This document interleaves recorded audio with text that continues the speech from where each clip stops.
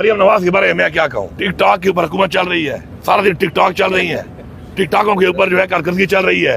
اوپر سے مسئلہ یہ ہے کہ پنجاب میں ایک تو وزیر اعلیٰ وہ بیٹھی ہے، ترجمان اس کی ایک اور بیٹھی ہے. اب عورتوں کو میں کیا جواب دوں؟ مردوں کی بچہ نہیں ہے ان کے پاس. میں ٹک ٹاکیں بنا کر عوام کو ہیلتھ کارڈ دو. مجھے پتا ہے مولانا اپنا ریٹ لگوا رہا ہے، میری ذاتی رائے ہے، میں نے پارٹی کو بھی یہ رائے دی ہے. ریٹ لگوا رہا ہے، پھر لے دے کرے گا، اپنے آپ کو پیچھے بچہ کچھ نہیں ہے، استعمال کر کے پھر مدرسے کے بچوں کو استعمال کرے گا، پھر کوئی ڈیل کرے گا، کشمیر کمیٹی لے گا، کوئی گورنر لے گا یا کوئی مال لے گا، اور پھر نوٹ بھی کہا میرا ووٹ بڑھے تو پھر کہیں اور چل پڑے گا. پوری قوم کو معلوم ہے کہ جیلی حکومت اور جیلی پرچے یہ اس ملک میں چل رہا ہے عرصہ دراز سے.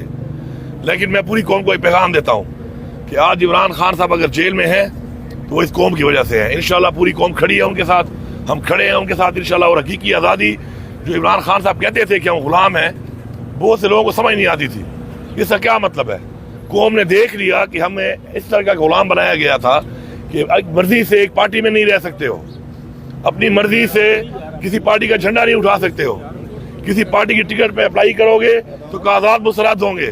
اور اگر عمران خان جیسے لیڈر کے نشان پہ آزاد سیاست سے بھی لڑو گے تو فارم 45 کو چینج کر کے فارم 47 میں ہروا دیے جاؤ گے.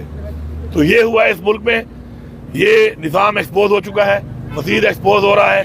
جو غلطیاں ہوئی ہیں میں یہی کہوں گا کہ ان کی معافی مانگ کر صحیح راستے پر چلیں، قوم کو مزید اندھیروں میں نہ دھکیلیں.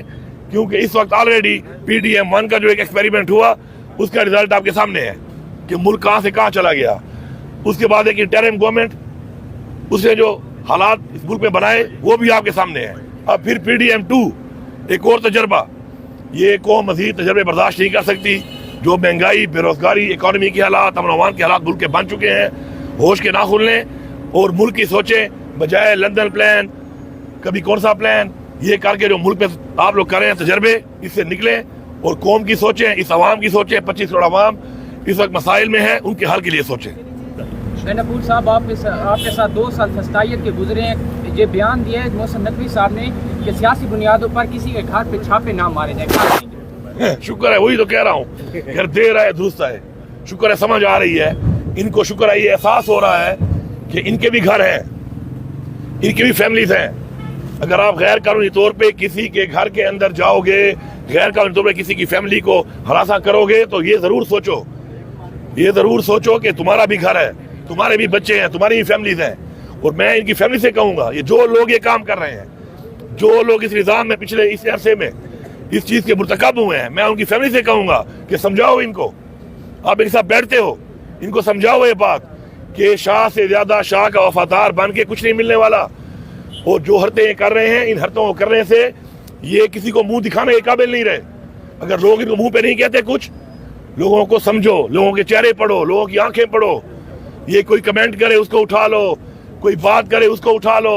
اس طریقے سے کسی کا منہ بند نہیں کیا جا سکتا. انشاءاللہ جب تک حقیقی آزادی نہیں ملے گی، انشاءاللہ ہم ڈٹے رہیں گے، ہم کھڑے رہیں گے اور یہ جنگ جاری رہے گی. علی امین گنڈاپور سے بھی آپ نے کہا کہ دیر آئے درست آئے، انہوں نے احساس کر لی ہے، محسن نقوی کا آپ نے تذکرہ کیا. تو خان صاحب سے بھی آپ کی ملاقاتیں ہو چکی ہیں، کہ آپ لوگ غیر مشروط طور پر بات کرنے کے لیے حکومت کے ساتھ بیٹھنے کے لیے تیار ہیں؟ دیکھیں، خان صاحب نے بارہا اپنے بیانات میں بار بار کہا کہ میں پاکستان کے لیے بیٹھنے کو تیار ہوں.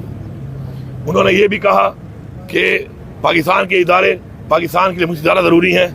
لیکن اس وقت جب وہ ٹائم تھا تو بجائے اس کے بیٹھنے کے، انہوں نے زور، زبردستی اور ڈنڈے کے ذریعے قوم کے اوپر فسائیت کی جو غلط تھا. اس کے استعمال کے بعد ان کو سمجھ آ گئی کہ آپ قوم کی زبان بند کر سکتے ہیں عارضی طور پر، لیکن مکمل طور پہ بند نہیں کر سکتے. عوام جس طرح نکلی 8 فروری کو، جس طرح عوام نے ووٹ دیا اور عوام نے جواب دیا اس نظام کے خلاف، وہ ایک ان کے لیے اشارہ ہے. اب اشارے پہ سمجھ جاؤ. اور ہمیشہ میں کہتا ہوں کہ اصلاح کرنے کو جو تیار ہے، ہمیں خوشی ہے اس بات کی، ہمارا مذہب یہی کہتا ہے.